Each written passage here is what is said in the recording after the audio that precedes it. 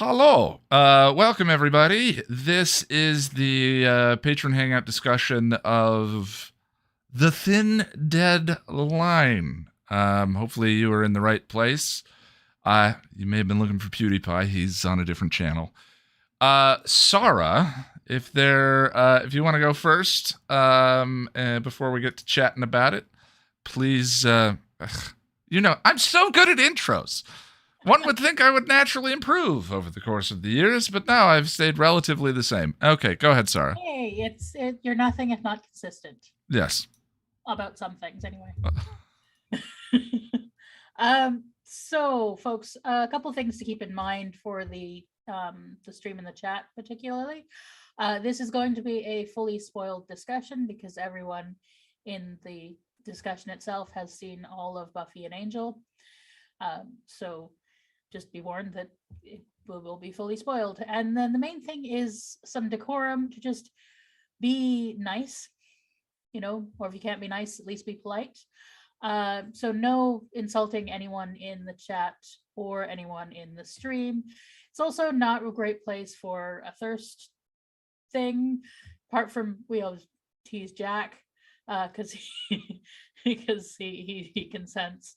But yeah, and then we've also Ian was just saying also like cool it on the capital letters apart from acronyms because we don't want shouting, and then just like these discussions get contentious, they go all over the place, and Jack and I try to guide if things are going a bit off the rails in one way or another, and we just try to guide you back. So please listen to us. If you don't listen to us, you may get booted. Today is probably going to be a bit tricky. Yeah, the one of the informal rules that we've had previously is like we prefer not to talk about politics in the chat. And certain episodes make that a little challenging. That's all I have to say about that right now. So, thank you, Sarah.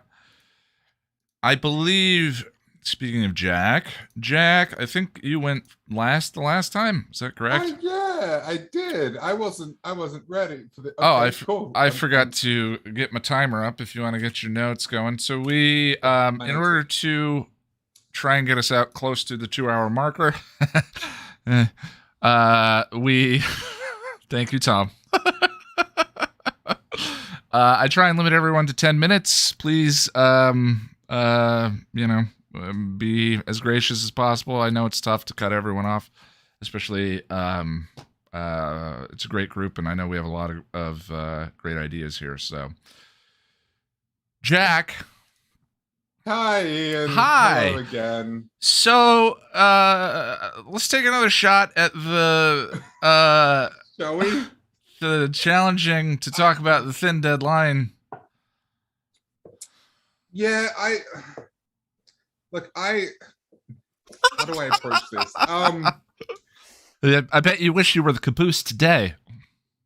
Yeah, most of the time I hate it. But look, okay, look. This episode, there's some good stuff in there. There's some small smatterings of good stuff, and I mean, let's just get to the point, I guess. Okay, look, I appreciate what this episode tries to do. Well, what it shows. There's an effort at there's an effort at social commentary about race relations and police brutality and all of that. Brutality against marginalized people. Right. And I appreciate any attempt to put a spotlight on that because it's very important, especially today. And I think it's impressive coming from a 20-year-old TV show. Like, I think that's really, really well. good. And there was a great comment. I can't remember who said it, but there was a great comment in the stream, the rewatch stream, that said that some of the context of the time period is missing when watching it now. That was Kyle, I think, the point. Yeah, where we were sort of saturated by NYPD Blue and this police does shows. Sort of have that feel, kind of. Yeah, it's or a that it's aesthetic, I would say. it's a traditional Buffyverse attempt to take something that feels very familiar and subvert it. In this case, with a zombie metaphor, zombie literals that works as a metaphor in certain ways. Yeah, I guess I just wish that it said more, because I don't think it shows it, but it doesn't really say anything about it really. Yeah, and it ends with a very strange Kate's conversation about the level of violence that took place in that neighborhood. Yeah, ends with is a very strange "there's always two sides" argument, and it's that feels like a false equivalency. Well, yeah, because that just isn't. That's not. Like, Kate, are you serious? Kate, are you seriously pro zombie cop? Are you saying you're pro zombie cop? Can we just be clear? Violent neighborhood is not an argument for having violent police officers. That's literally not. That's not the point. That ain't it, Chief. That ain't it. And look, I just don't feel as though the commentary is done very well, and even the representation of, I'm gonna call it the hood, is just, it feels like it's written by somebody who has never stepped foot in the hood. And so much of it is just on the nose and cringy. Like the first two scenes in the shelter, I think in the first scene, Outcast is playing in the background, and then in the other scene, it's just like, get it, guys, we're in the hood. Like, yeah, it's mainly assembled from cliches that were already very overly familiar at the time. It's just a lot of the dialogue, and so feels so unnecessary. It feels like, get it, guys, we're in the hood. Like, do you get it? Yes, we get it. Episode, we get it. And then just some of the dialogue is just awful and cringy. Again, it just sounds like people who have never experienced that life or that culture. Well, I think what we're talking about is like, authenticity is a very difficult thing to put a finger on. In a strange way, it reminds me a little bit of The Initiative in season 4, where The Initiative is cobbled together military iconography that feels like was put together by people with zero familiarity with military iconography or military life. And so it feels devoid of authenticity. And I have not been in the military. I don't know. I was not raised in a military family, but I've seen it done well. Yes, I understand when something feels authentic versus when it feels pieced together with cliches. To say nothing of, that's not a commentary on representation or race or any of that. That's just simply a commentary on either cultural authenticity or class authenticity or whatever it may be, and that does not feel present. That is my complaint here, is that there is no authenticity. It's like there's that scene in the shelter where Gunn is talking to the kids, and words like G and peace and Buster Cat get thrown around, and it's like, they're using the right word, sure, but it's not. It still doesn't sound authentic. It's just it's like Riley talking into a radio. It's just odd. But look, there's some good stuff in here though. I love Julia Lee as Anne. She just has this really kind and gentle presence that I love. She's terrific. I actually enjoyed a fair amount of the Kate stuff in this, except for that last scene. But but it just feels weird coming in the place of Angel's arc, where the arc actually is. Like, make up your mind.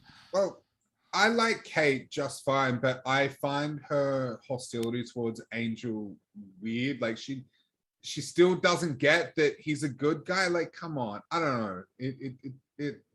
And like, does she still think that he killed her dad, or does she know that he didn't? I don't know. Well, I don't think she ever did. It was just sort of all vampires are bad. And that kind of thing. That's hokey to me. I don't know. Sure. But then, I mean, later on in Epiphany, she seems to simmer down and then she disappears and we never see her Yeah, again. they were So- that was a what's weird is that is a very satisfying. I mean, if you think about the handful of times characters were written off the show, whether it was Oz or It's a good Maggie Walsh or ending. whatever, I actually really like Kate's right off the show. But- So much so that I miss her when she's gone But after wait. that moment. I don't recall. Is she written off? Because I thought she just disappeared. I believe Or she did was she- going to, that actress was going to work on Law and Order, if I remember correctly. But is the character given a farewell? Does she say I'm leaving the force or something like that? Well, she's off the force. She's been fired. Okay. All right, yeah, Uh, but like what I'm saying is no, narratively, there's no they sent her suggestion. away. They left it open for her to be able to That's- guest star. Yeah. That's what I was thinking. Yeah, Yeah. she just abruptly disappears. Yeah. Yeah, I don't know. I do like her as a character. I just feel like her hostility is just weird and misplaced, kind of. I get it. Like she's just found out that vampires real and one kid killed her father, but it's like, how does she not get that Angel doesn't want to kill her or destroy the world? Whatever. I don't know. Whatever. How do you feel about Xander in season 2? What do you mean? Xander's season 2? Xander and his relationship to Angel.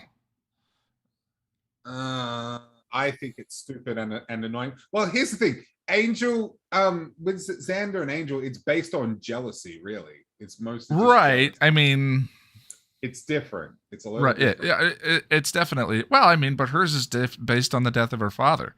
I mean, like, But Angel didn't you- kill her father, though. sure, a vampire did. Okay.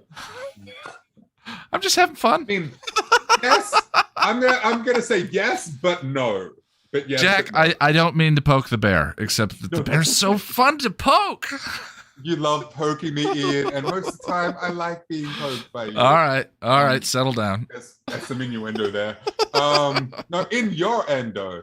No, I Jesus Christ, what have I done? So, Jack, anything else you want to say about the thin dead line? So I like the scene where Wes gets shot. I think it's done. It's pretty cool. It's suspenseful. And I like the camera blur, even though it's a bit outdated at this point. And I like his. Is that morphine? that video effect? Yeah, Yeah, it feels a little MTV. I like it. yeah. And then his joke at the end is that morphine? It's lovely. It's I lovely.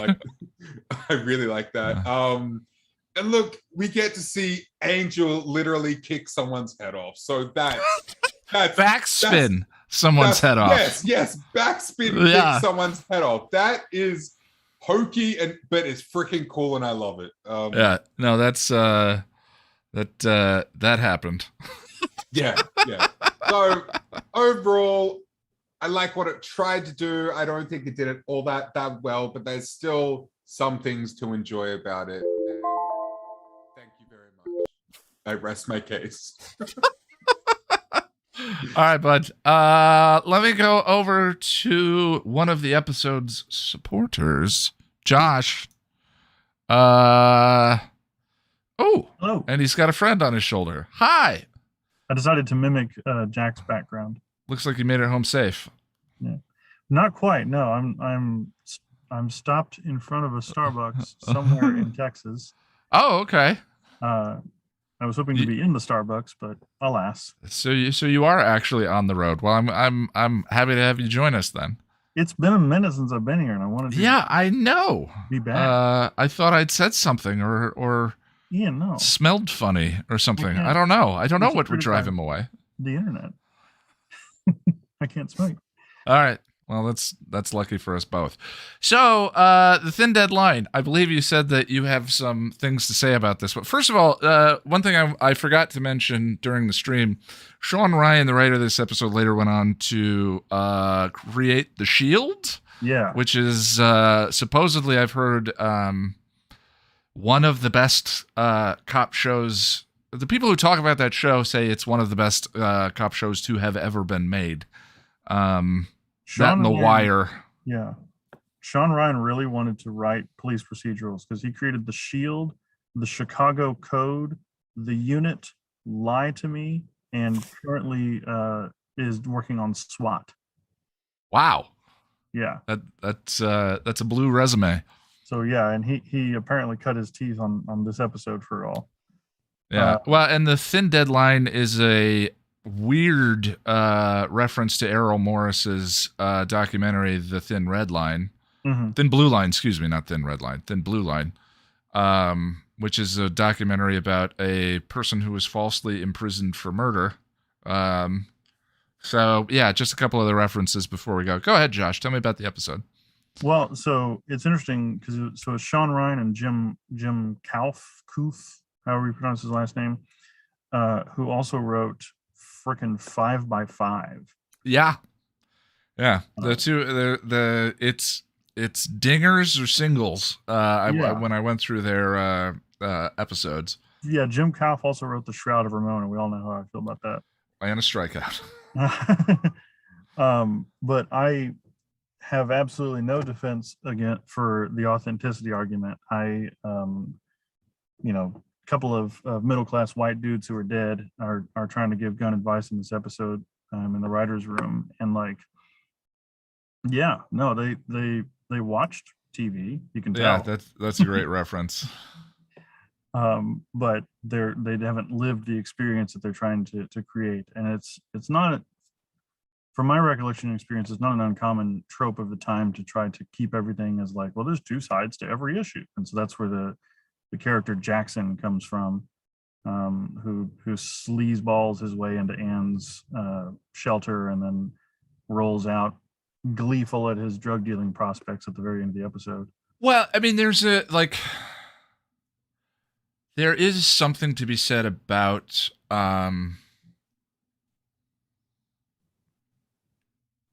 neighborhood violence. There is Lonnie and I just watched Ma Rainey's Big Black Bottom, which is a stunner. It was originally a play, and boy does it feel like and it's Chadwick Boseman's last film. Yeah. And he is wonderful in it. All the performances are terrific. But the episode, the movie itself is ostensibly about the effect of racism on a community and the ways in which that can manifest as violence within the community. No, absolutely. And that is a conversation. But in this context, used as it feels like an excuse for zombie cops, as opposed to a nuanced discussion of racism, centuries of racism. And I am not the right person to be having the conversation. Josh, bail me out, please. I will continue to be somebody who celebrates progress. I'll continue to be somebody who celebrates incrementalism. So like a swing and a miss to me is better than no swing at all. Sure. Yeah. Ren the Barbarian in chat said, is there something to be said for the ambition for attempting to have the conversation? 100%. Yeah. Yes. And so I'm glad this episode exists. And I really enjoy this episode. I enjoy the pacing of the episode. I enjoy how it slams into high gear when Wesley gets shot, because at the beginning of the episode, it's this kind of like slow building mystery. And then as soon as Wesley gets shot, it's this frantic run to the finish line. And I like that in terms of being, really engaging and really engrossing. And I also really like, so way back in Redefinition, Angel stopped trying to save people and started trying to fight evil, like that was the mission moved. Right. Oh yeah, you've been absent for all of this discussion and my frustration with the past 3 episodes. Which I love you, and don't share. Redefinition is one of my. I love Redefinition. It's so good. So I wish you'd been there. I wish I had been too. Boris was tasked with carrying the defense of that one on his own. But the point in the sewers when he drops his coat in Redefinition is the point at which he stops. No cape. Yeah. Yeah. so these cops and the captain that he fights at the very end of the episode are doing the same thing. They're not trying to help people. They're trying to hurt the bad guys, from their perspective. And so that since redefinition, every antagonist that Angel has faced has been a mirror of that mistake that he's made. And I really like that, and I really like the conversation that he has with Kate, where she's pointing out, like, here's all the collateral damage from all of your bullshit. And it calls back to the wine cellar massacre and all that kind of stuff. And then he stumbles into the problem this episode because he's worried about his friends and he misses them. Like in the last episode when Lauren chews him out, and he like kind of finally lets himself feel some shit, and he's in the car and he's like, an entire law firm's worth of lawyers are trying to make me crazy. Is it anybody's wonder that it worked? And so then in this episode, he decides, maybe I need to start trying to reconnect with these people. It's too bad those scenes are in Happy Anniversary. Happy Anniversary is not one of the ones I would have defended. Right. Yeah.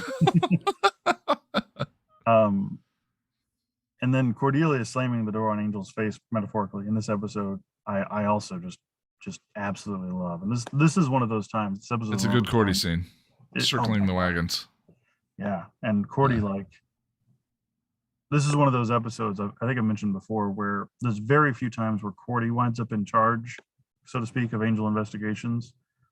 And briefly towards the end of this episode, this is one of those times where she and Gunn are the last one standing, so to speak. And she's like, no, this is what we're going to do. And this is how we're going to do it. And Gunn is like, okay, you got it. I like it when Cordy's in charge. Yeah. It's fun to watch. Well, I mean, like her return to it's almost like her arc required being able to not be in charge and that experience, but she has that constant power and ability to return to that at any point. Yeah, the cheer captain, the class president.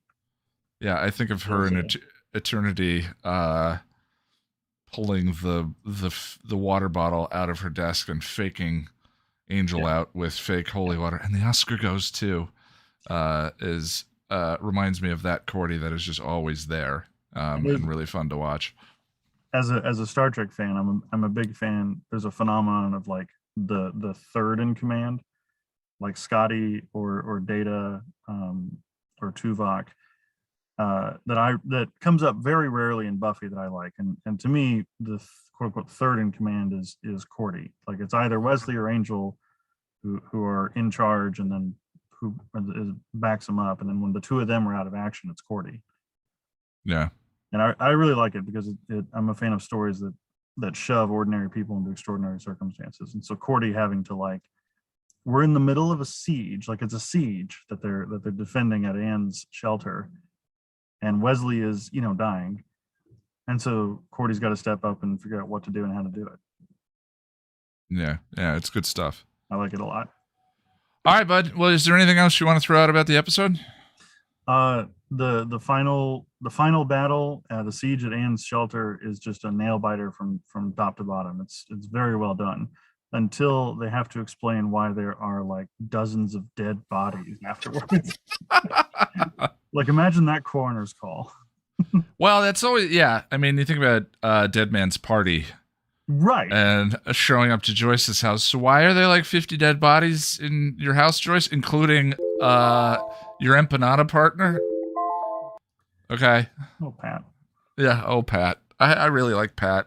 Yeah. I just rewatched the scene from Thin Dead Line where she pours a drink for Joyce in the kitchen, and the two of them are dancing for just a second. I like Pat. She really liked Joyce. It was great. It was good. All right, my friend. Well, if you need to drop off to finish your drive, sounds good. It's good to see you. Cheers. Let's go over to Andre. Andre. Hello. I believe you're muted. You need to unmute yourself. Yes. Sorry. Hello. Yeah, no problem. How's it going? Good so far. Well, that's good. So, Thin Deadline. Where we're at in this one. How do you feel about this episode? I'm interested too in how this episode lands. Where are you in the world? I'm in New York. Oh, you're in New York. I'm sorry. We get a number of international people. I mean, I'm from Brazil. Brazil. Okay. Working in New York right now. Yeah, like we have 2 Canadians that I'm seeing right here, and occasionally we get some UKers. I apologize. I was just wondering, like, how this episode lands. I know that representation and issues of representation are different culturally around the world, and I'm just wondering how this episode lands for someone who maybe didn't grow up in the States. But I don't know your background, so I shouldn't assume. I apologize.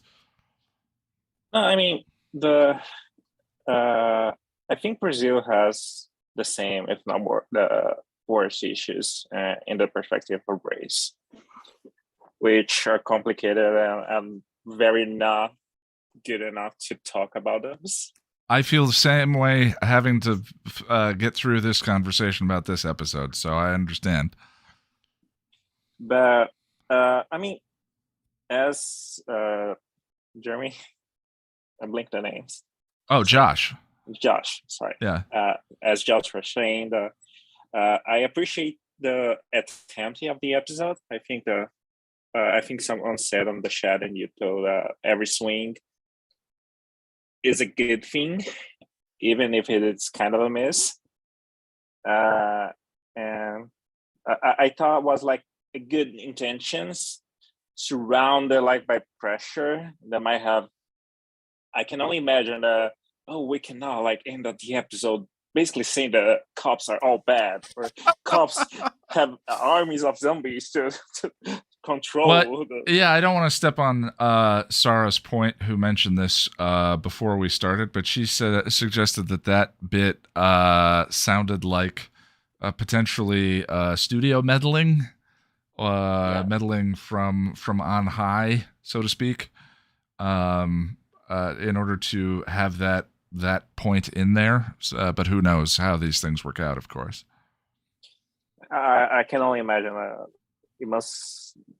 there might be someone up high that didn't like the moral, or right, think that it was not the right place to put the moral on.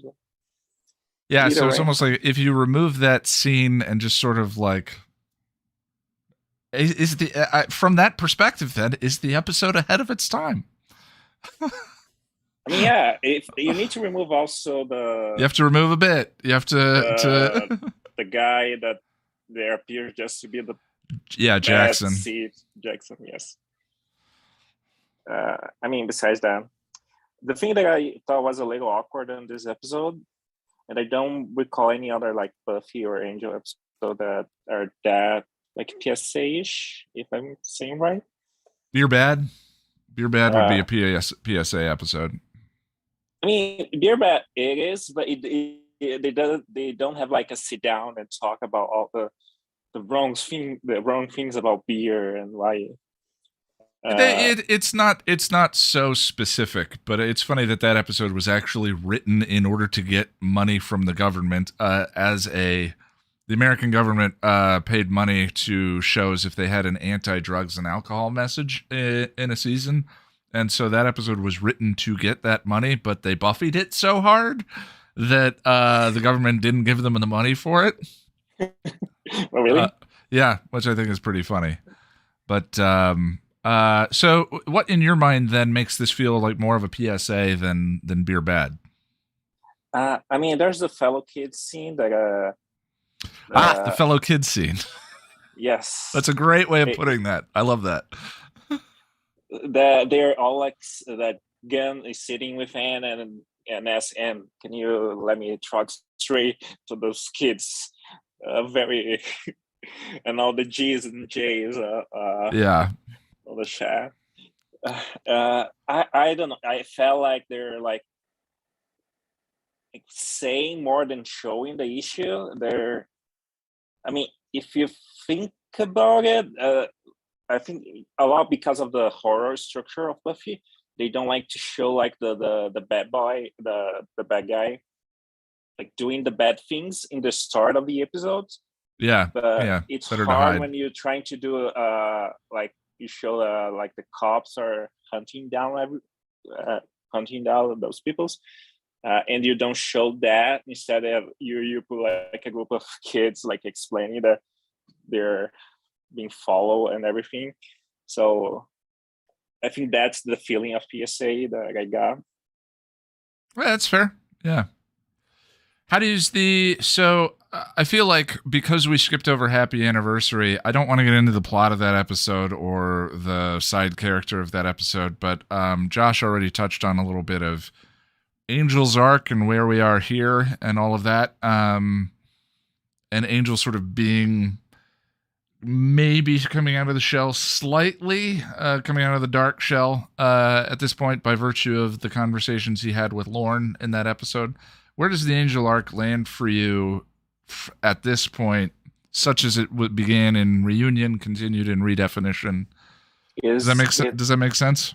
Yeah. Is the next episode the end of this arc? Next episode is the beginning of the end of this arc. It's Reprise. Oh, okay. And then Epiphany I sort of put as the period on the sentence. I didn't re-sing the Happy Anniversary, so I did lost a leg of the context there. But if I recall right, yeah, it feels like something like Josh is saying that Angel is missing his friends, basically. the prankster Angel still has feelings. Part of the arc. Yeah, so in order for that to be the case, we have to accept prankster Angel was the result of where the arc was going, which is a problem that I have. But if we accept prankster Angel, then okay. Missing his friends and sort of being at this point in the arc makes a certain kind of sense then. Yeah, I think my guess is they're trying to do like something dark, but they didn't like fully commit to like this falling angel arc or something like that. Right. And then there's all like the Batman, the Batman scenes on the start of this whole thing. That doesn't sit that well. It seems like they were afraid to write him to a place that they couldn't win the audience back with him. Right? If you do a Dark Angel story, Eternity has that as well. Eternity is an actual Angelus turn for a moment, and it's fun and scary, but it's a momentary exploration, and it's Angelus. So we sort of separate in our heads Angelus and Angel. Also, that was done to him as opposed to anything else. But if Angel makes choices and then ends up doing terrible things, it's also possible that the studio had a mandate to not allow that. I believe David Fury said that the original pilot, where Angel finds the dead waitress actress on the floor after the dude has killed her, he has blood on his fingertips, and in the original pilot, he drinks her. And there was a studio mandate that came down that said you can't do that. You can't have. We can't have a show where the protagonist is doing those kinds of things. And so maybe, I'm just throwing out a wild guess here, this arc got them into some trouble. Tina, thank you, Herondale. This arc got them into some trouble of like, okay, we want to do an Angel chooses to go dark without Angelus. But then you get to a question of like, what can we do and how do we do it without losing the audience completely? And my argument is like locking up the lawyers was already enough, but the show doesn't think so in the way that it's written. I mean, the lock of the lawyers kind of resembles the start of the season with the hotel flashbacks. Yeah. Which I think is a great, like, not Angelus, but Angel doing something because has no touch to nihilistic Angel, for lack of a better term. Yeah. Everything is meaningless, so why bother? And I guess if I was gonna do like a dark turn, I would lay on like this nihilist Angel, like maybe he faced a zombie that could only be a demon that could only be killed after he start feeding. So Sure. Angel like start feeding it so he could kill it and avoid the demon to bring the fucking apocalypse or something like that. Well, the funny thing is too, it's like a lot has changed since then. I mean, we're in kind of a post-Dexter era. Punisher. I'm trying to think of your anti-hero do anything kinds Lie of to me. Sure, like, but we're in that. Oh yeah. We're definitely in an era where there is more mainstream content of that variety. So I do wonder how this story would play out differently now. But is there anything else you want to throw out about the episode? Check my notes. I was trying to the one thing that I find interesting that I kind of saw like the seeds, but I never like pay attention before is Gunn is always like facing his past. I don't know if like whether of a better arc for him and that the writers always put that on. But Gunn is always he likes his current life, but every time that he has to like talk to his old friends or to his to the hood, he's treated like an outside from now on, and so he's always like, I'm still identify as the hood, but they don't accept me anymore, which I think it's an interesting point that the series doesn't takes a lot. And someone in the chat said that kind of is a counterpoint to Angel and Jealous arc, which I think it's an interesting take if you read that way. Yeah, and they're setting up they're setting up that old gang of mine a little bit in this one with that conversation. And there is a there's a racial commentary perspective on it as well, about sort of traversing between black culture and white culture and ending up an outsider in both as a result, that I think they inadvertently stumbled into, but that is heavily a part of season 5. One race commentary of this episode, it's kind of baffling to think of. Wes find the 3 guys like being held up by the police office, and Wes tried to save them. Yeah, and there's a momentary white savior moment. Benefit, yes. Yeah, which it's I don't know if like the episode trying to have the making the cake eat at the same time. Yeah.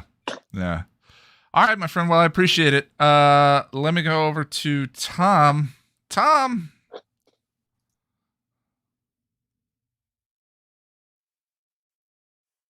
There we Hello. go.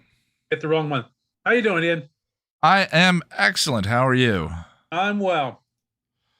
Just a note to remind you. Yes. In Dead Man's Party, once Pat was killed, her body disappeared. All the zombies disappeared. Oh, yeah. So they were thinking about that. So the only people they had to explain anything to were the contractors who had to come in and rebuild the place. Yeah. I wonder if Pat had a family. I've never thought about that before. Pat's mother and father someplace wondering what happened to Pat. Yeah. She was supposed to bring us empanadas. There were a couple of students who also got killed, but yeah. One is students, but it's Sunnydale. But it's not exactly Sunnydale. Yeah. There are no dead students this week. No. But as to the Thin Dead Line, honestly, I do enjoy this episode, despite its. And my first note is this is for at least for the season, and until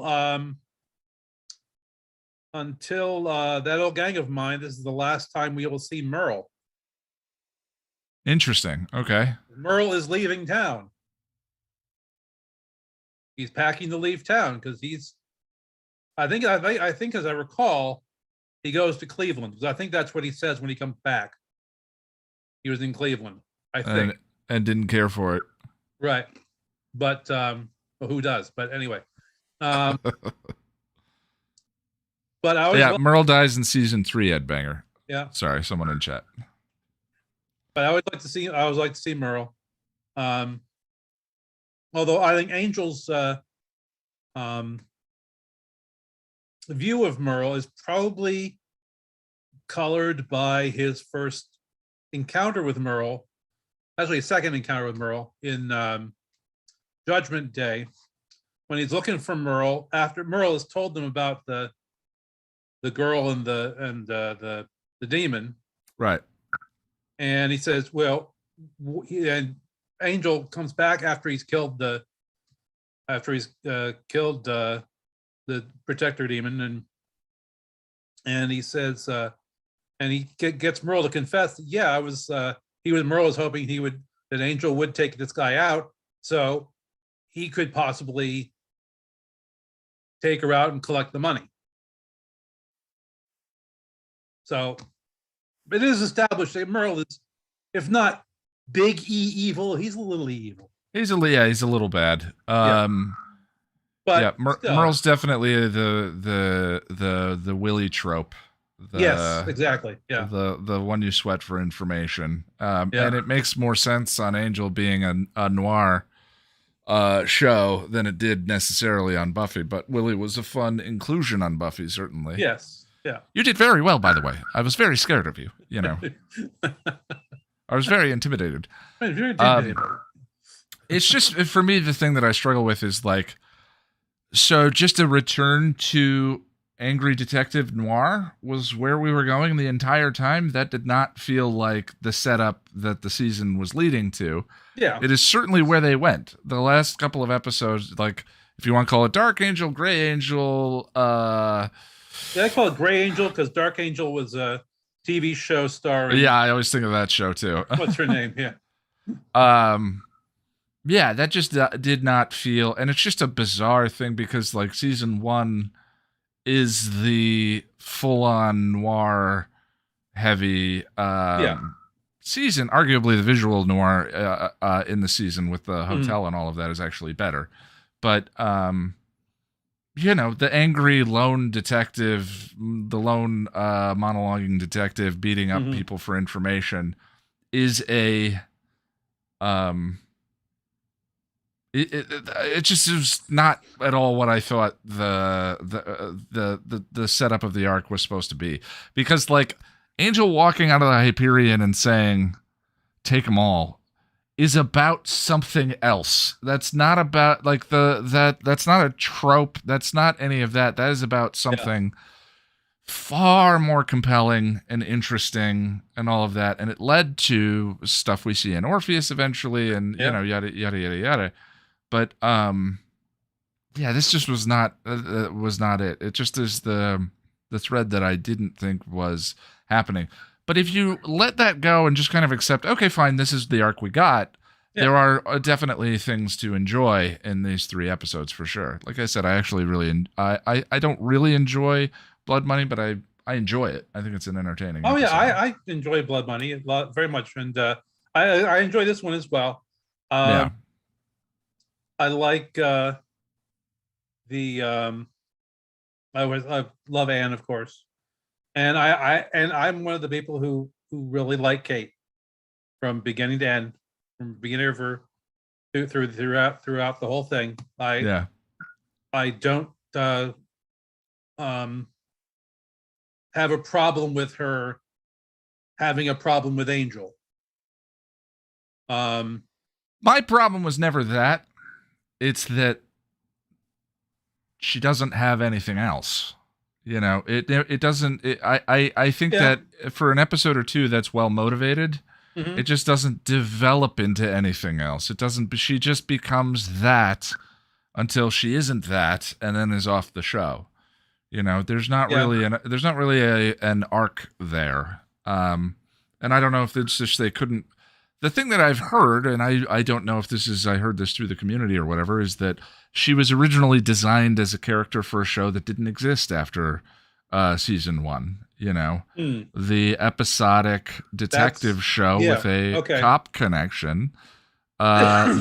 Kate's character fit well within that, but Mhm. they struggled to figure out where to fit her in stories after that fact. So Yeah, yeah. But I don't have I know she gets hated on. I don't have a problem with the performance or the character. It's just it just sort of Kate sort of dies on the vine. Yeah, that's fair. Yeah. Once her father dies. hmm And the I guess I since I grew up in the 70s and 80s, and I watched all those Cop shows. cop shows and movies with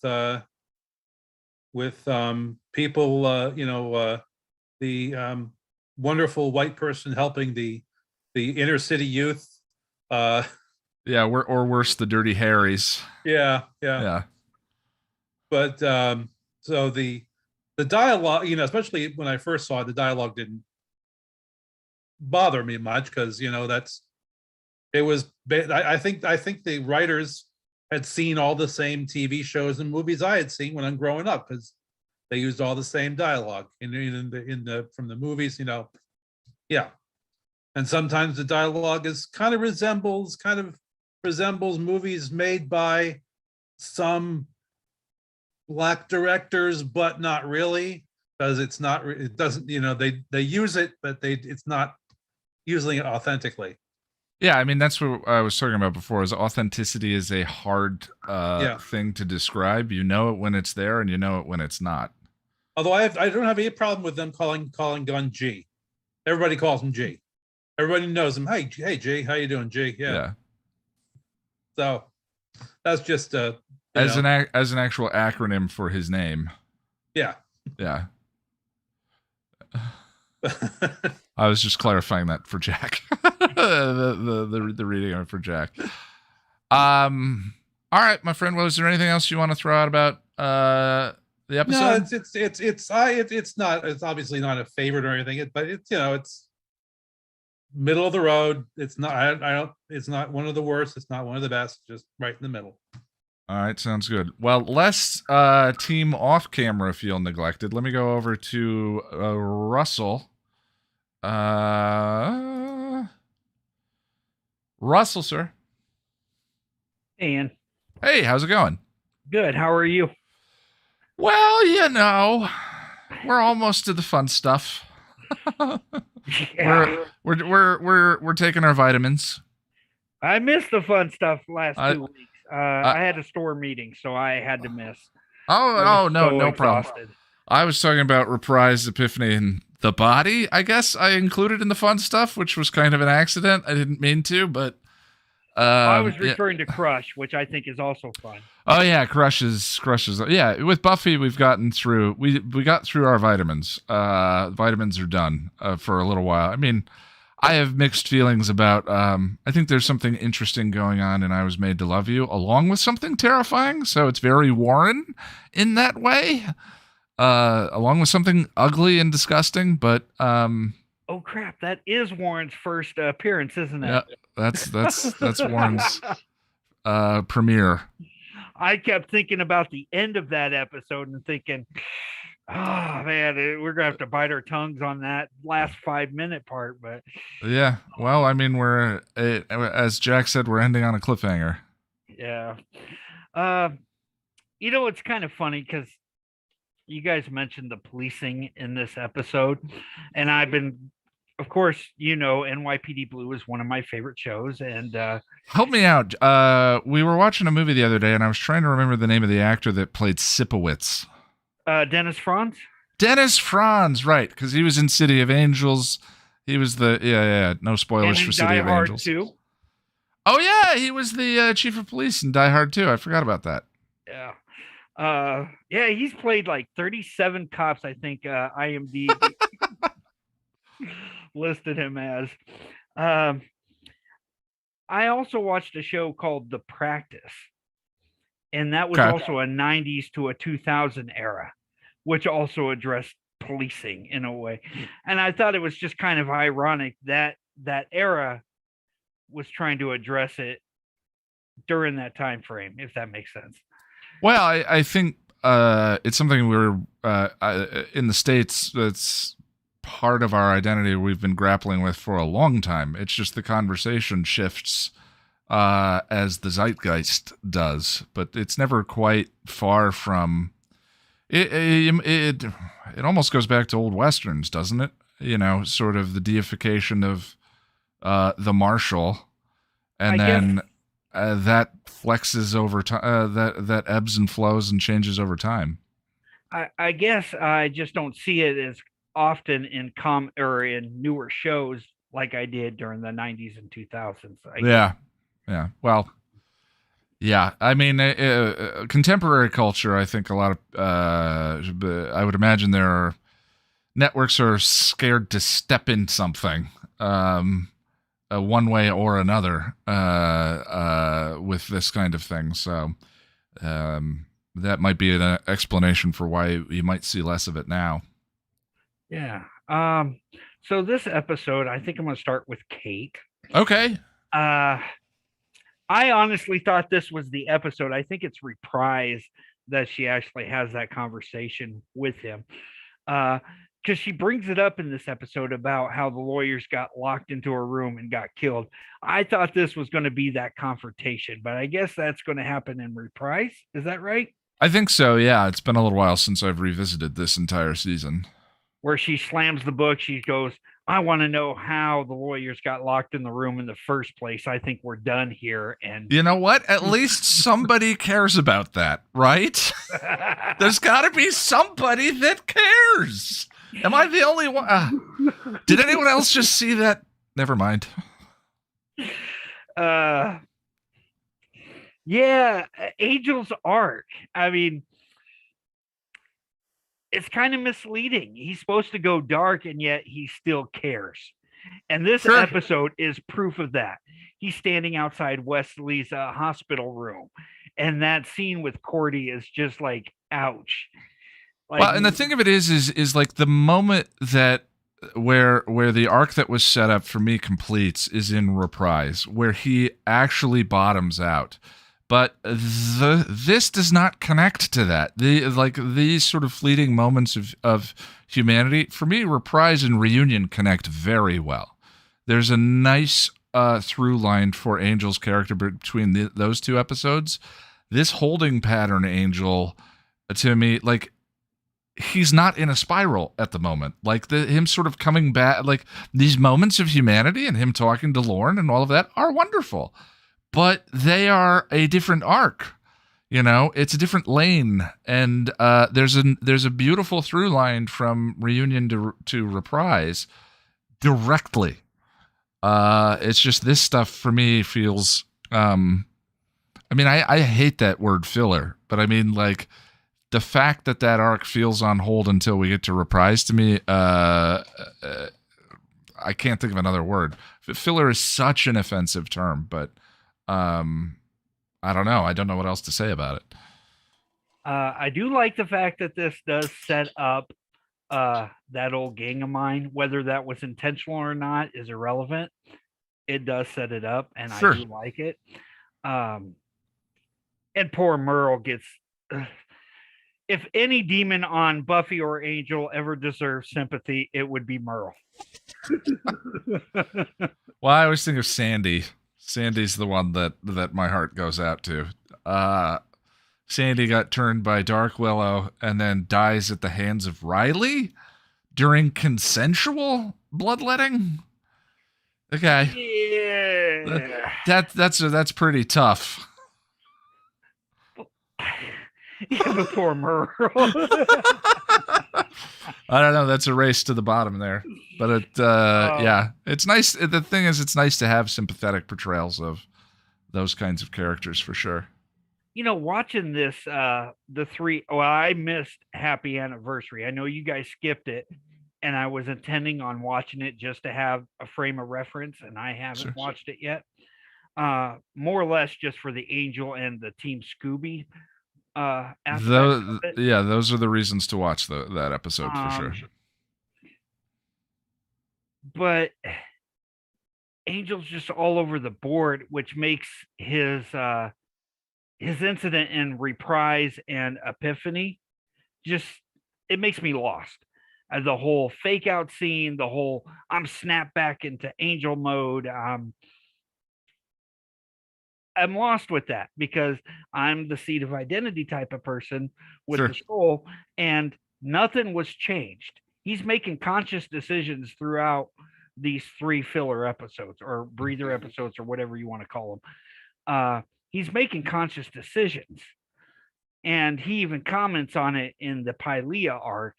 Like, this is why I pushed you away, because I didn't want you to see my inner demon, or blah blah blah blah blah, to Wesley and Gunn. But it just throws me for a loop. I can't make heads or tails out of it. Spike, on the other hand,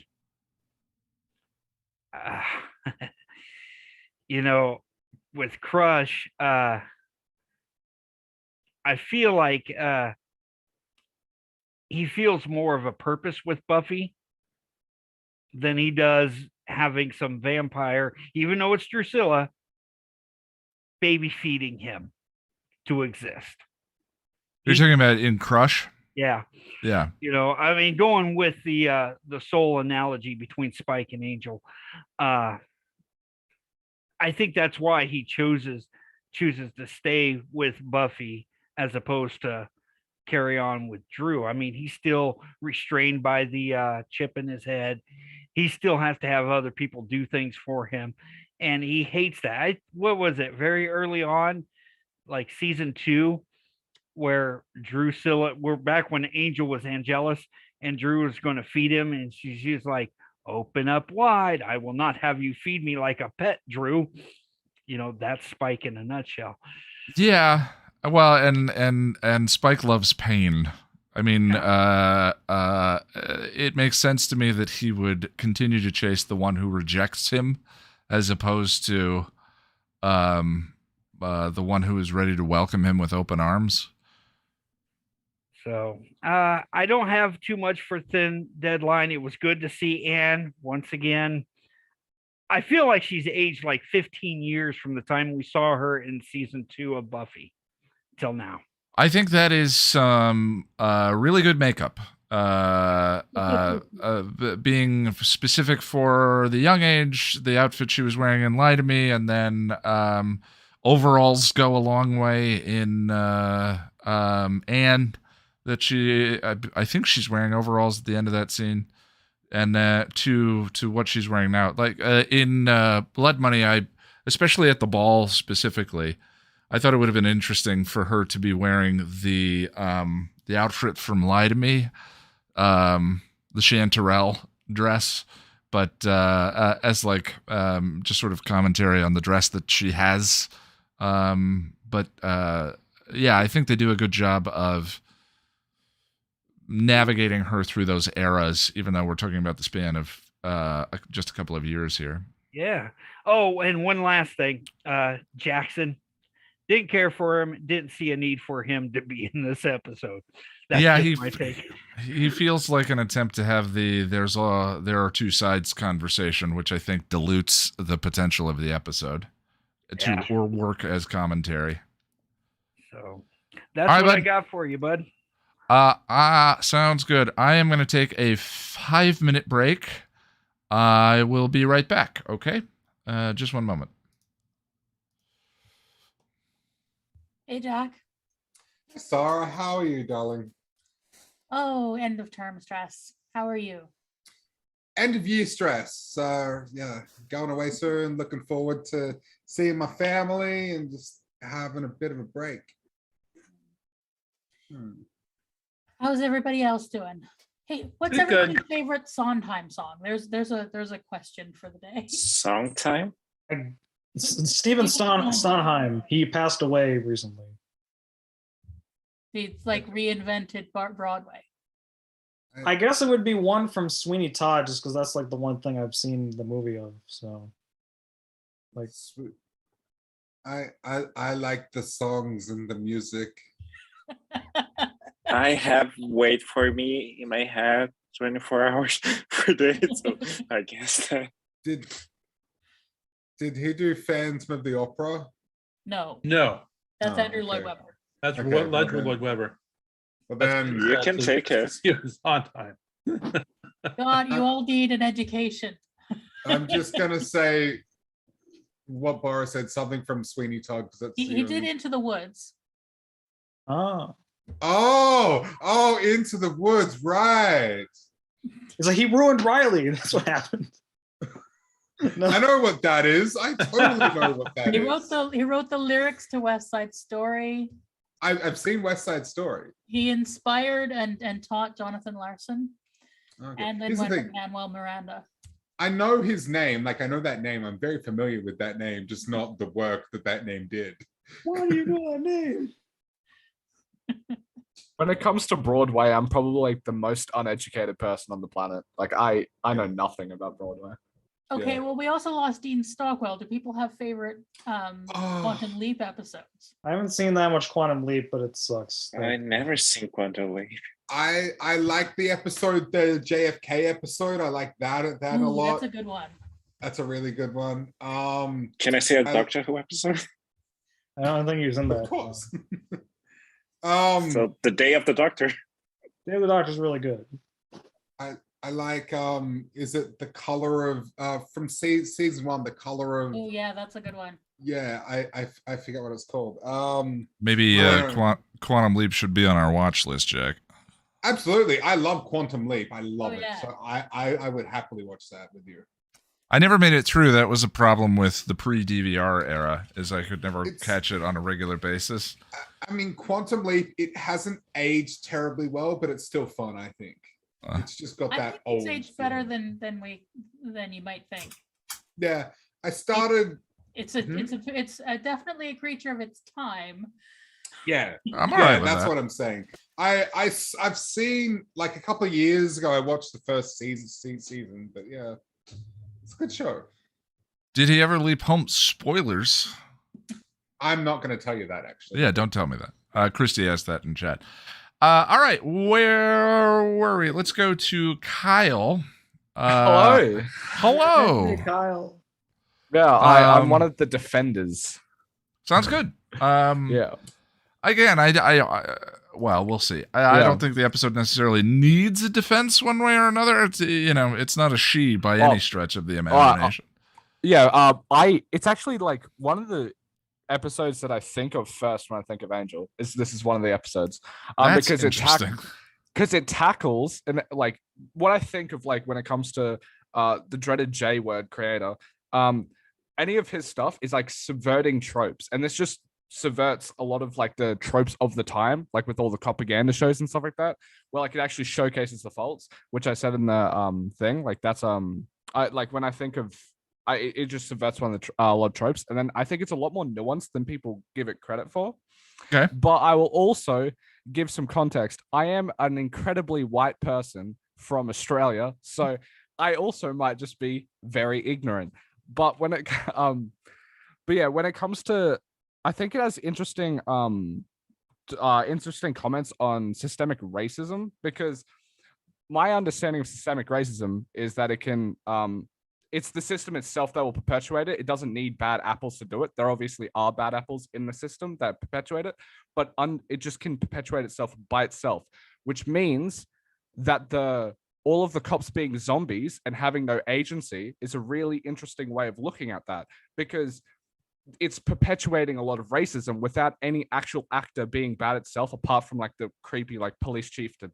But like that system is perpetuating all of its like hateful racist outcomes without any particular person in there really doing much wrong, apart from like the head.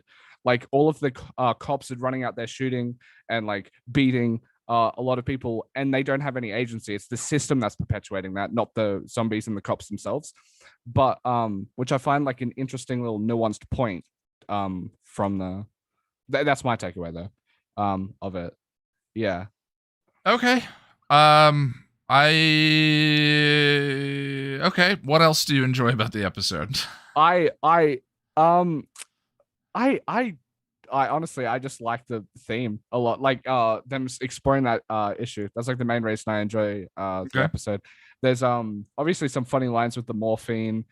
Some of the editing is kind of odd, but that's like Angel. Like early Angel just has some really interesting editing, like the really flash cuts between stuff, in between transitions, or the color correction on Wesley when he gets shot. Like after that, like when it turns into like a weird video effect that's from like the early 2000s where it's like light blue and white, like that stuff. Like the editing early Angel is a bit wonky, but like I don't know. Well, early Angel. To me, it smacks of certain episodes get a lot of time and budget, and then there are the episodes that take what they can get. And that's inevitable on Buffy. That's inevitable on this show. I think that's a characteristic of the 22 episode season. I would agree. Not all episodes are created equal, and to me, some of the edits and the pacing issues that I feel in this episode are an expression of the fact that redefinition exists, and redefinition is a gorgeous, expensive episode that is full of style and takes its time and all of that. And when you have those, you inevitably have some of these, which I think that this episode actually does really well with. I mean, the perhaps the most egregious example of that kind of episode is Doomed, where there was very little to no time to produce the episode, to write it, to get it all done. And so, there's terrible dubbing in that episode. There's all sorts of odd technical issues. It makes no sense. Part of Buffy's speech is done in ADR. All of that. But, this is somewhere, this is nowhere close to that. With like probably its low budget, it does decently well with it. Yeah. And I forget, Tom pointed out something interesting, or something that I remembered. This episode, the first time I watched it, I remember feeling suspense. Once Wesley, or maybe it was Josh who said that, once Wesley gets shot, purely from the standpoint of consuming the episode as entertainment and taking it in, and I was engrossed. And them stopping and going back to the shelter was a lot of fun. And the cops, at that point, it's Night of the Living Dead. They're doing Night of the Living Dead, barring the windows and trapped in the house and having to fend off the zombies that are approaching. And the zombies being police is even more terrifying. The more powerful, because that is not just the magical world, that is the literal world that all of those characters live in, where they have ultimate power over the situation, both magically in the metaphor and literally in the actual plot and story. So it's tough to go back to that first experience because I've watched the shows so many times, but I do remember that being adequately or successfully scary on the first run through of the show. It feels like a very Buffy monster episode, of the show, arguably scarier than a number of different Buffy episodes. I mean, the closest comparison is Dead Man's Party, but there's not a moment in Dead Man's Party where I'm genuinely terrified that things aren't going to work out, except when the Scoobies are yelling at each other. And then I'm like, just stop fighting. Just work it out. Just talk to each other. Yeah. But the actual monster business in that one is not as fun from a horror perspective as this episode.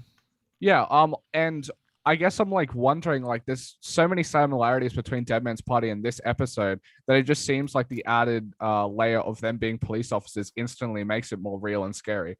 But I think it does. It's Yeah. interesting now that I think about it. Dead Man's Party, Buffy is kind of on the outs with the Scoobies as well. There are strange parallels to between the two episodes.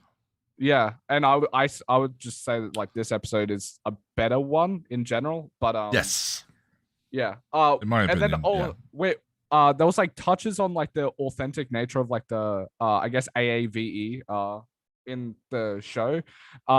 That was something that was like a critique I had for the thing, is like a lot of the kids don't sound like they're real, but I'm just like I'm from Australia, so I don't know if that's like quote unquote what the hood would sound like, but it just seems inauthentic. Like it just sounds inauthentic. And I feel like I've watched enough like black media to know what is authentic and what isn't, but I could also just be naive, because like when I'm hearing them go like, yeah, they just capping it feels very white people trying to write black characters. That is the critique of the episode for sure. I Yeah.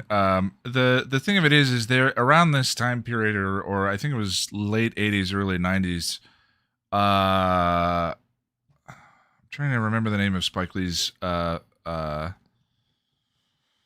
Do the Right Thing. Do the Right Thing. Thank you. Do the Right Thing started kind of a movement where then you got Menace to Society and Boys in the Hood, and these are all very authentic pieces that were from black creators at the time and had an authentic voice to them and were about something substantial for the communities that they were writing about, which were then copy and pasted over and over and over again as the only representation and the only one that was sold and commodified and all of that. And that once you copy and recopy and recopy and recopy something, if you resave the JPEG over and over and over and over and over again, it loses its detail, its soul, its authenticity.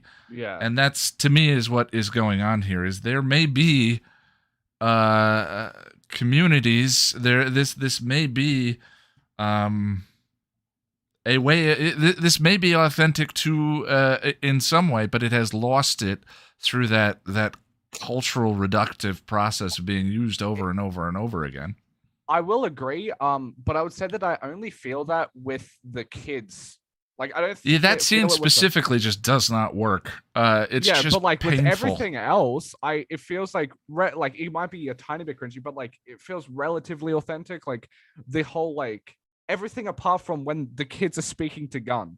Like that is the only time that I feel that there's like it doesn't feel authentic. Everything else feels authentic to me except that scene, because like they don't seem like characters to me or people. They just like that's like my major gripe with the authenticity, is just that scene alone, but every other scene works for me. And then I found it interesting that I feel like this episode showcases, because I enjoy it so much, it showcases the really good decision to put Kate on the back burner and make Gunn like a lot more prevalent, because they kind of did that. Like Kate was in nearly every single episode in season 1 until they brought Gunn in, and then Gunn kind of filled like that role and gave the show a whole new dimension. And I really like that, because it's also very subversive to the thing, because they kind of drop the police procedural aspect of it when Gunn steps into the frame and Kate takes a back burner. And I think like Angel the show turns into Angel the show when Gunn gets introduced. Yeah. Well, there's one more character that I'm missing currently, but that once that happens, I feel that way. But we're starting to feel that voice for sure. We're starting to feel the voice of the show as it at its peak, depending on where you think the peak actually is. It's like, just like the getting rid of Nabbit, putting in Gunn, and then making Kate take a back burner, I feel like did wonders for the show. Granted, I still love season 1 of Angel. It's just, I feel like it gets its footing when that happens. But yeah. I mean, that's the thing, is because it's so experimental for so long. I think that Angel finds very interesting things and has really wonderful highs. Boy, when it misses though. Yeah, I will. this would open up a can of worms, but I actually had like a lot of commentary on Jackson, the character, I think his name is, because a lot of people. Let me ask you a question. Yeah. Do we want to open the can of worms? Because we're right at the end of the 10 minutes. I probably not, because I feel like it would like linger on for like a few minutes. But yeah. All right, but I appreciate it then. Let me go over to Sarah. Sarah. Hey. Hi.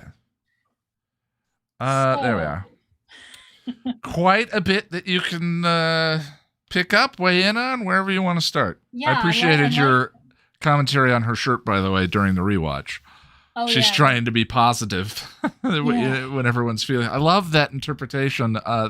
That's a deliberate character decision of her trying to cheer everyone up with cheerful colors. Yeah, or like just that's sort of one of her roles, is trying to be cheerful for, as much as possible. Don't be embarrassed. We're family. Yeah. So this episode, I think of these type of episodes as a cookie dough episode. Okay. Like there are good bits, but it needs more baking. Yeah. And because there's a lot that's interesting. But yeah, the inauthenticity, I think, is partly that the people writing do not understand the language that they're writing in. Right. Because they're thinking of AAV as like broken English and not as a language on itself, which it is. And then also you double that by having like kids who are the same age as the actors playing adults. Right. And it's just like if they actually look like kids, we might feel protective of them. We might actually care more than we do.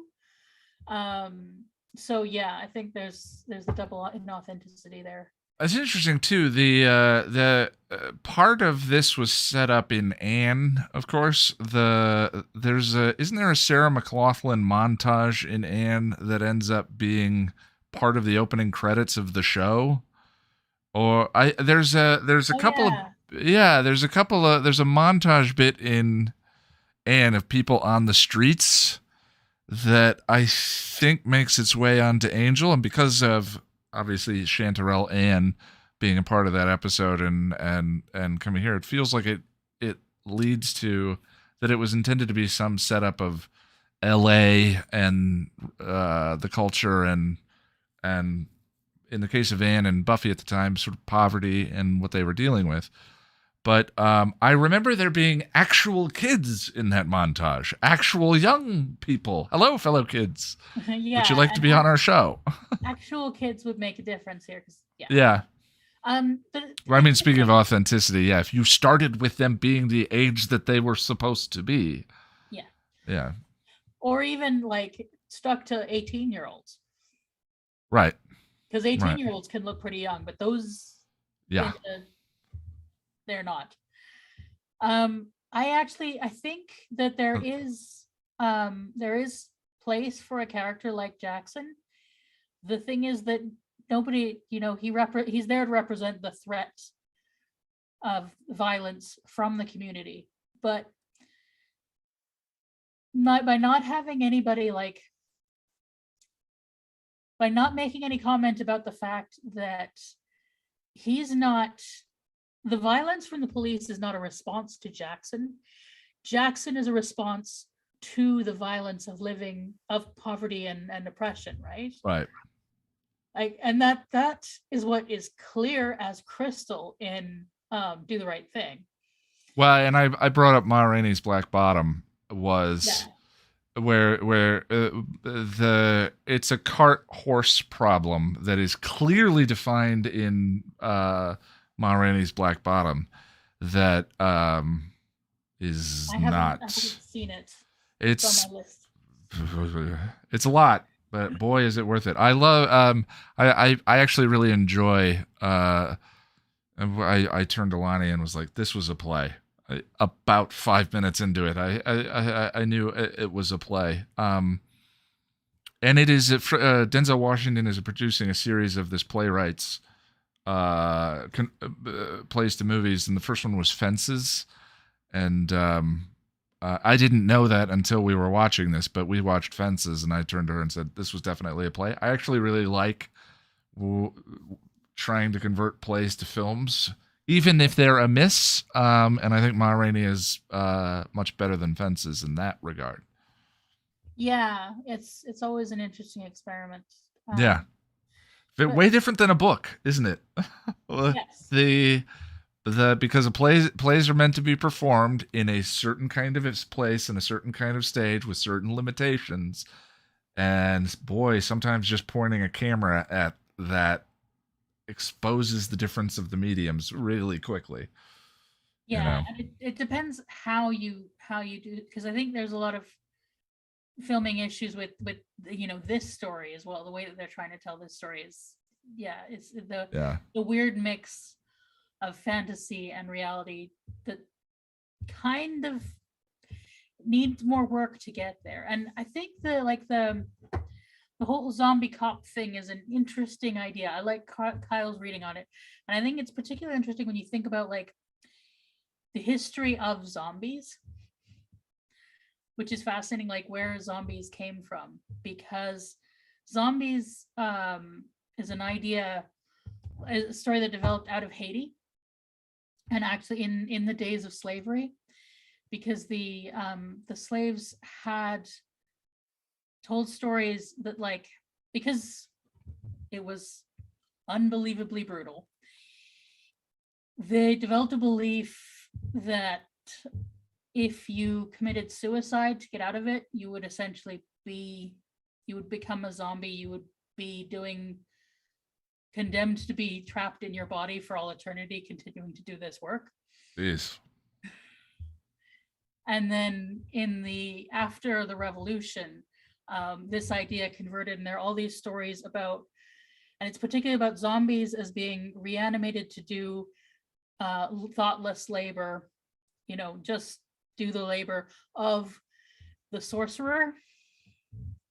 And it's sort of an allegory for the fear of slavery returning. When you look at the stories, like, it's very clear. They're talking about an overseer, they're talking about an owner, sort of for compelling people to work themselves to death with no control over themselves. So that is the story that zombies are actually rooted in. And then you think about like the history of policing, which began in the US as slave patrols. Yeah. So like there is so much there. It's a lot. And it doesn't feel like, it feels like if there was a thesis here, it was never sufficiently clarified in the way the episode was supposed to wind up. There's a lot of exploration. Yeah. With an unclear thesis in all of that. And a lot of it, as you said, a lot of this is interesting, but lacking a clear thesis. Go ahead.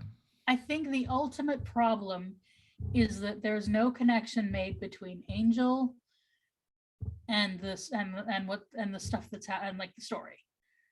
Like he's acting as a hero and whatnot, but there's no, like, you could have made the connection between like what the police chief is doing, which is he's going scorched earth to deal with a problem, and he's doing it completely myopically and like has left all morality. He's raising the dead to try. So there could be a clear reflection of him between him and Angel, because Angel has dropped everything and dropped his morality to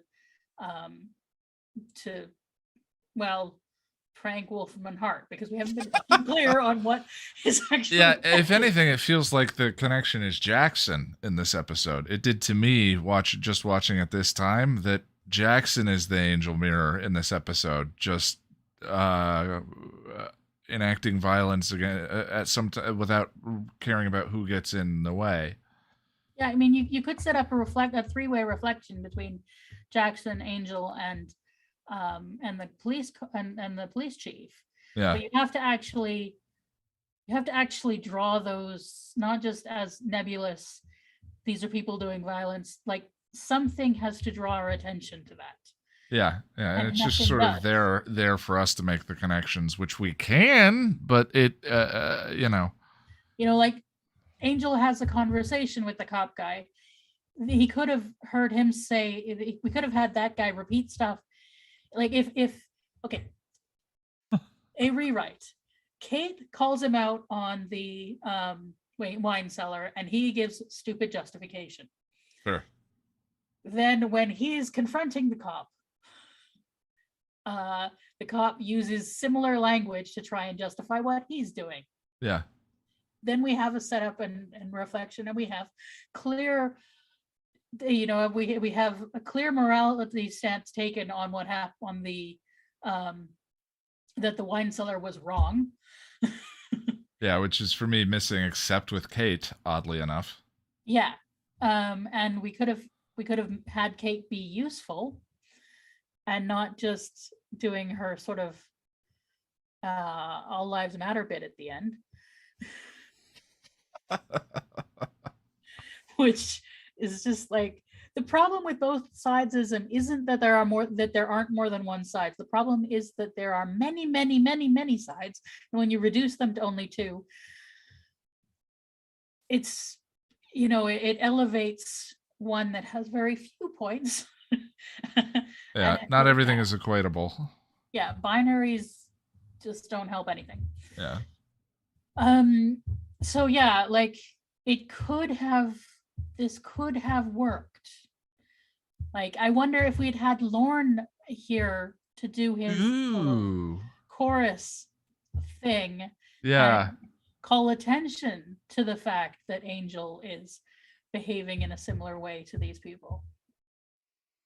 Yeah, I mean, that's always the issue, isn't it? I mean, that's why he goes on the wacky road trip with Angel in Happy Anniversary, is like, because when you separate these characters out and have them out on their own, you lose access to the inner voice. You lose access to the ability to develop them. And so you have to have those moments like,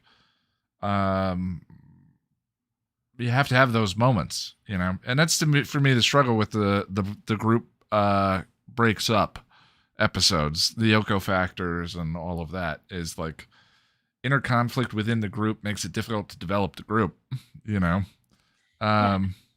advantage of breaking up the group is you can have them reflect to other people. Right. You can have that you can bring in Lorne, and if only they had done that in an episode that wasn't abysmal. Yeah. Because the scenes with Lorne are good. Yeah, they're great. It's just everything else that's bad. And if we'd had him here instead, drawing attention to parallels and doing doing his Greek chorus thing, it could have been so much better. But yeah. There is one more thing I do kind of like. I think it's interesting that we have Wes attempt to do a white savior thing, which immediately goes wrong.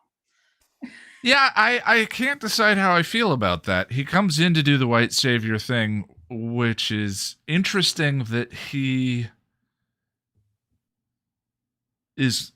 has no perception of it one way or another. That's interesting commentary, and that's kind of enjoyable in that way. And then him being shot is an instant subversion of it. I don't know. Where do you land on the idea? I mean, I think it's interesting. It could have. I think it could have. They could have done something with it. Instead, it's kind of like, oh, these cops are just attacking everyone.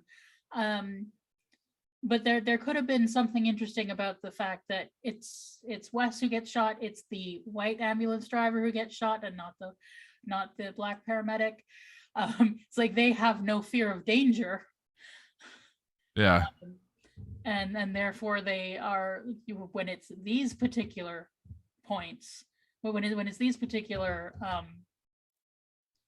like when it's a cop who just is violent to everyone, they have no defense. But of course, it's very hard for me not to go full on into the politics because I lived in a city that was very much affected by corrupt police force. So it's it's tough to limit our discussions. yeah, it's just like yes, the thing that is actually true is that a corrupt police force serves in the end serves no one because when there is no justice, there is no safety for anyone. There's no stabilities to society. Because the reason that the Jacksons of the world run rampant is because the people in their community have no one to do the job that the police are supposed to do and protect the community because they can't trust them not to. I broke the no politics. Is there anything else you want to throw out about the episode? I will just get in trouble. All right. Well, I appreciate it. Let's go over to Boris. Hello, sir. Hello. How's it going? It's going okay. Boop. Thin deadline? The thin deadline. The thin deadline. Now I'm Um, thinking about deadline, and is that supposed to be a play on words? so yeah, I like this episode. It's pretty decent. Not the absolute best, but like kind of like a lot of this arc I feel is severely underrated. Interesting. I also would definitely not say it's filler because like there's a lot of setup here for the two-parter to come. Like we got the crazy eye thing with the back of the head, which like is kind of Well, which goes nowhere this episode and could have been at the beginning of Reprise. not really, because in Reprise they resolved it, and then like the person like didn't want to pay them or something. So like it kind of makes sense that it's here just to like have that around. We also have Wes getting shot. That's important. That's Okay. things for later. And also Kate's actions here will get her in trouble in the next episode, which sets up her downward spiral. So a lot of balls in the air. We got stuff going on. As far as Angel himself goes, I did see Happy Anniversary, so I do have the context. And like the way I kind of view his journey at this point, like he's a little bit depressed. Because like Lauren has a line where he's like, you kind of left them out in the cold, and Angel's like, it's a lot colder in here. And I later eventually connected this to the whole thing where he's like, I want to feel something besides the cold. So that kind of connects nicely. And then if you want to broaden the horizon, we got Buffy in season 6 being all like, I want that fire back. Like that. So yeah, it's definitely an image they return to. Yeah. And yeah, so right now, I don't really have a problem with him like occasionally having some jokes or like having a nice moment, because like, with these things, you're not always on a downward spiral all the time. You'll be like sometimes up, sometimes down.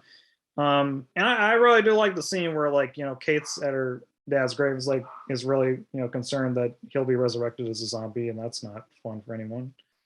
So like, it's good stuff. As far as the zombie thing goes, like I like Kyle's read on what the whole thing means. Like what I kind of interpret it as is it's basically the idea that you're using these dead cops to justify more brutality and more actions. It's kind of like in Gingerbread when like all the people are like, these kids are dead, we need to do all this crazy stuff to like, and we're gonna use these people to justify our actions. And here we're literally using the dead bodies of these cops to justify all this horribleness. Yeah, it's interesting how it builds the cycle of violence into the structure itself. I mean, just the structure of the spell is literally the cycle of violence. Yeah, I guess an interesting metaphor just because we can have all these different interpretations. It's like, there's a lot of layers and stuff. People have mentioned the cringe, and like I won't deny there's like maybe a little bit of cringe here and there, but like it didn't really drag the episode down too much. Like it's in small doses. You don't have to like take it all at once or anything. Also, I saw a reaction to Home recently. So the way I interpret like Kate's thing at the end, where it's like, oh damn, there's all this like murder and rape gonna happen now. It's like Wait, refresh my memory. Which one's Well, because home? with Jasmine, it's like the whole thing with that is like, you know, it's Oh, yeah, we're yeah. gonna have world peace, but I'm gonna kill these people on the side. Yeah. And then Angel's like, you know, we can't have this. It's not good. And you know, I think Sarah kind of was talking about like how like, you know, we can't really have a system that like is surveillance or whatever that's also corrupt in itself or whatever. And I guess it's like a Brooklyn Nine-Nine bit where it's like Holt is talking to this guy who set up this crazy surveillance thing, and the guy's like, you know, if you do this, all these criminals will be released on the street. And Holt's like, yeah, I understand that, but I'd rather that than allow you to make this a police state. So it's kind of a similar idea where it's like, you know, we can't justify certain actions and systems even if like better to let some crime happen than to let like an entire system be corrupted. Okay. Yeah. I like Merle kind of like talking back to Angel a little bit like, hey, you know, you kind of treat your friends like crap, you know, like, you know, you're not so high and mighty there, sure. So, you know, that's nice too. Other things, I guess I covered more than I thought. One thing that annoyed me a little bit was like Anne is like talking about Angel, like, you know, he used me for the scam and all that, and like I feel like you kind of missed out. You kind of left out the part where he gave you back the money, and I'm like, I get that you're still miffed, but it does feel like it's a little like you're coloring it up a little bit there. So there's that. Zombie metaphor. Not filler. Yeah, I guess I really covered more than I thought. I don't know if I have much else to say at this point. Maybe we can circle back at the end, but like, you know, yeah, I like the episode. There's good stuff. I feel, again, underrated stuff. So let's carry on. All right, bud. Let me do the whole. I think, Jen. I think you are the finale. I feel weird calling everyone caboose. So finale has much more vim. Well, whatever works. That was the right answer. Hey, how you doing, Jen? Not bad. Interesting week. Let's leave it at that. Yeah. Well, thin deadline. Tell me about the episode. Where do you end up on this one?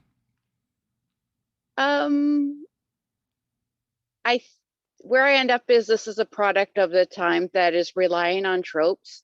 It's actually something I came to while watching this episode. Buffy and Angel are about subverting tropes. Gunn is a case where they give him a great backstory. They give him backstory. They actually, better than a lot of even Willow doesn't get as much backstory as Gunn. No. And yet they don't ever subvert his tropes. Even when they make him a lawyer, they don't really subvert his tropes because that's a magic one. He didn't earn it. Well, yeah, and if anything, that ends up being, like we were talking about before, there's a wonderful essay that I'm not going to do justice in the Ethnicity of Joss Whedon, I think is the name of the book. I'm screwing up. I always forget the title of it. That talks about how Gunn ends up being a repetition of cultural traversal and the pitfalls of it, and sort of it doesn't work in that regard. But it's interesting. It is very interesting. So yeah, they end up kind of repeating problematic, a word that I don't like anymore, but stories rather than subverting them, as you say. This episode, honestly, it's a forgettable episode on the whole, but I actually figured out what they're doing with Angel's arc over it. Okay, hit me up. Angel kills the lawyers, and he's getting called on it, but his friends don't know he killed them. Let's point out. At this point, I don't know if they found out about it. Well, he told them at the end of Reunion. Did he? Yeah. Yeah, and then you just walked away. Well, to be honest, I actually walked out and then got in my car and drove away. And they try and say you're on the edge of real darkness, and that's why he fires them, because they don't get on his side, or because he knows that he can't go to where he wants to go with the mirror surrounding him. I think Angel's arc this season has been about Angel self-destructing, but where he's wanted to go all darkness, he's tried to go all darkness. He gets the lawyers killed, even though he doesn't directly do it himself. He can't really go there, which is where you've ended up what we have. So we're teetering on this edge. We're trying to find this middle of the ground, but we can't do it because Angel still, even at his most darkest Angel self, still has his conflicting morals and years of having a soul inside a vampire's body, having to live with it. Okay. That he can't ever bring himself to full black. So what he's done is he's kills the lawyers, then he burns down his 2 vamp girlfriends, and then he doesn't know what to do with himself. It's exactly what's going on here. He does not know what to do with himself. So he's like, he sort of wants to make connections, but he doesn't really know how to re-engage his friends. When he gets called out on it by, of all people, his little lackey. And yet, at the end of the day, he needs to self-destruct. The next episode is where he fully self-destructs, but that's where this arc was leading to. It was like, I'm dealing with depression, I'm dealing with anxiety, I'm dealing with all these negative emotions. I am going to self-destruct. And where some people do self-destructive things to themselves, other people do self-destructive things to other people, like blowing up a garage, or very bad things. So we're not going to go into what you can do with depression people can do. It's not really the point. But it's honestly, this arc is about depression more than anything else this season. It's an arc on depression. Okay. I have been slowly feeling apathy and all these other things. And even first season, he lashes out at Buffy and he blames Buffy for the fact that he left her. She didn't break up with him. He broke up with her, and then he blames her for it. Okay. You can have a great life and all this, and I had to go away. Well, you chose that. He blames Buffy for the fact that he left, and it's been building up since season 1 of this cycle of depression, which really starts from back when he got his soul. It's just, anyone who suffers with depression knows that if you can live in the distractions, if you can live in the moment, you can sort of ignore the other things. But the second you can stop living in the moment, that's where the negativity, that's where you drop. It's why when you're out with your friends, you're feeling fine. But when you go home by yourself, that's where you bottom out. And that's where you may try to self-harm or other. Let's leave it at that. Gotcha. Like that's Angel's arc is technically, it's been building up for like the last 2 seasons. This is just a depression in a spiral of depression. And the big blow up with Lilith and Heart is him lashing out and trying to aim for something different. And he couldn't do it because he's Angel. So he ends up where he is now, which is why we all find it boring. But it's honestly just an arc of depression. Gotcha.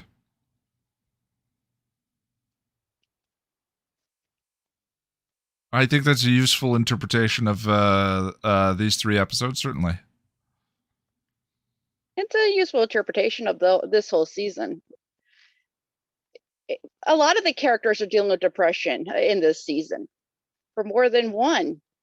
Hell, the best interpretation of depression will be Wesley later on, and he sort of does it better than anyone else, but you actually can. This is the early stages of Wesley's depression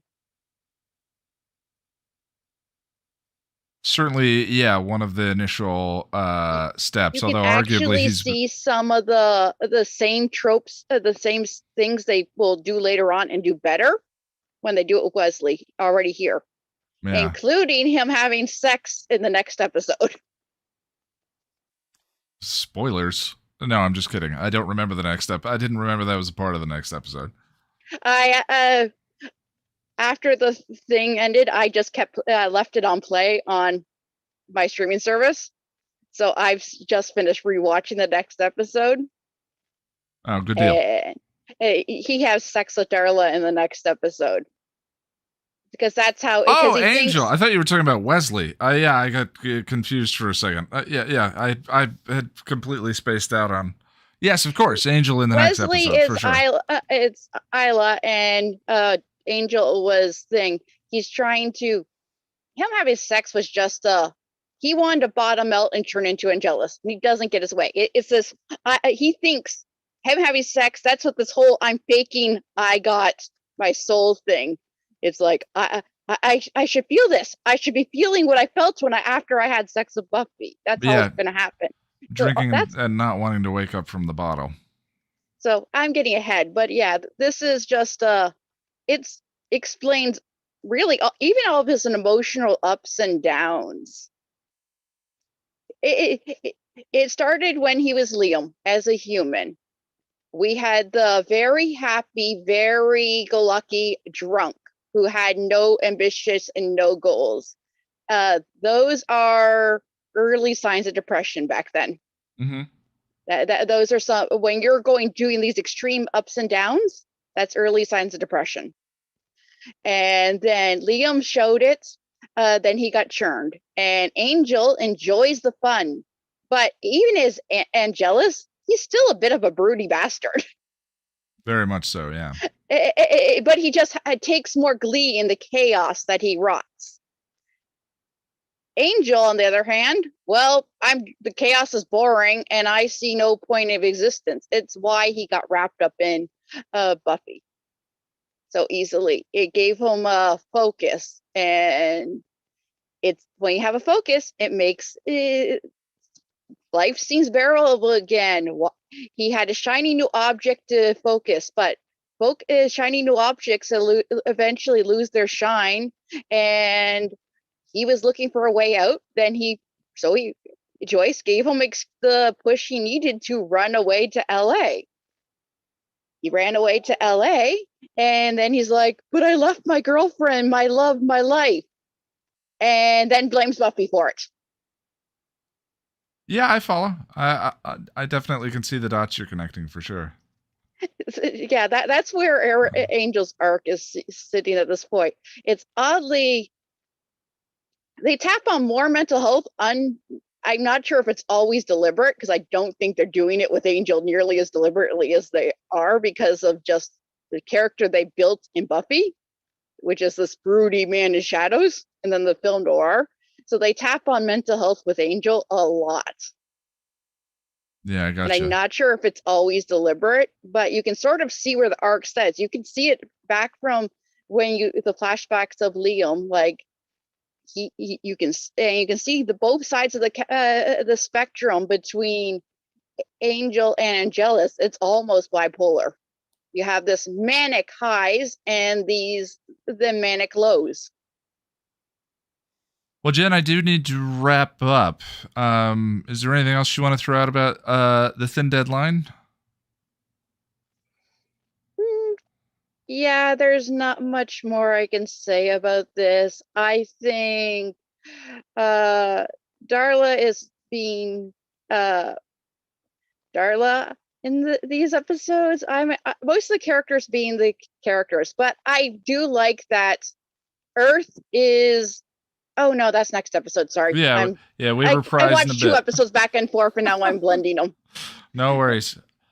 All right, well, good deal. I think that is it, my friend. So in 2 weeks, we're going to be doing I Was Made to Love You, and then taking a break on a hell of a cliffhanger, and I will let everyone know when we're going to get back together again to watch Reprise in early January.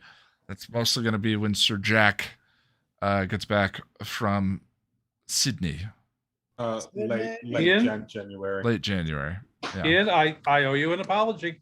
Why? What did I do, Tom? Laughed at you when you said you were going to get before 9, and you ended it before. You did it, you madman. Kudos, Move my on. friend. Kudos. Well, I don't like cutting everyone off, but you know, it is what it is. I think you know, it's. Unfortunately, I'm going it's- to miss next time, but I'll see you in January. All right. Well, have a good holiday, Tom. No, Yeah, I you guess too. just like one last thing I neglected to mention. I guess if I ever said that there wasn't the Over the Rainbow was the setup for the gang separation thing, like I guess I was wrong. It technically is this one. Yeah. And also, I think this is like the first real strong moment of like Gunn and Wes friendship, and that's pretty dang cool. So Yep. Well, they do play Risk and Blood Money. True, but like this is like you can tell in like the end of the episode, like when Gunn's like seeing Wes is like, man, this man saved my Yeah, life. it's a bond. It's a bonding moment for sure. All right. Well, Yeah. let me let everyone go. Cheers, everyone. Okay, We'll bye. see you in 2 weeks or early January. Bye. And to everyone in the Bye-bye. stream, thank you for hanging out. I appreciate you. Video soon. You know how these things go. We'll see you soon. Thank you, Bye. Ian. Bye. You later. See ya. Bye. Bye.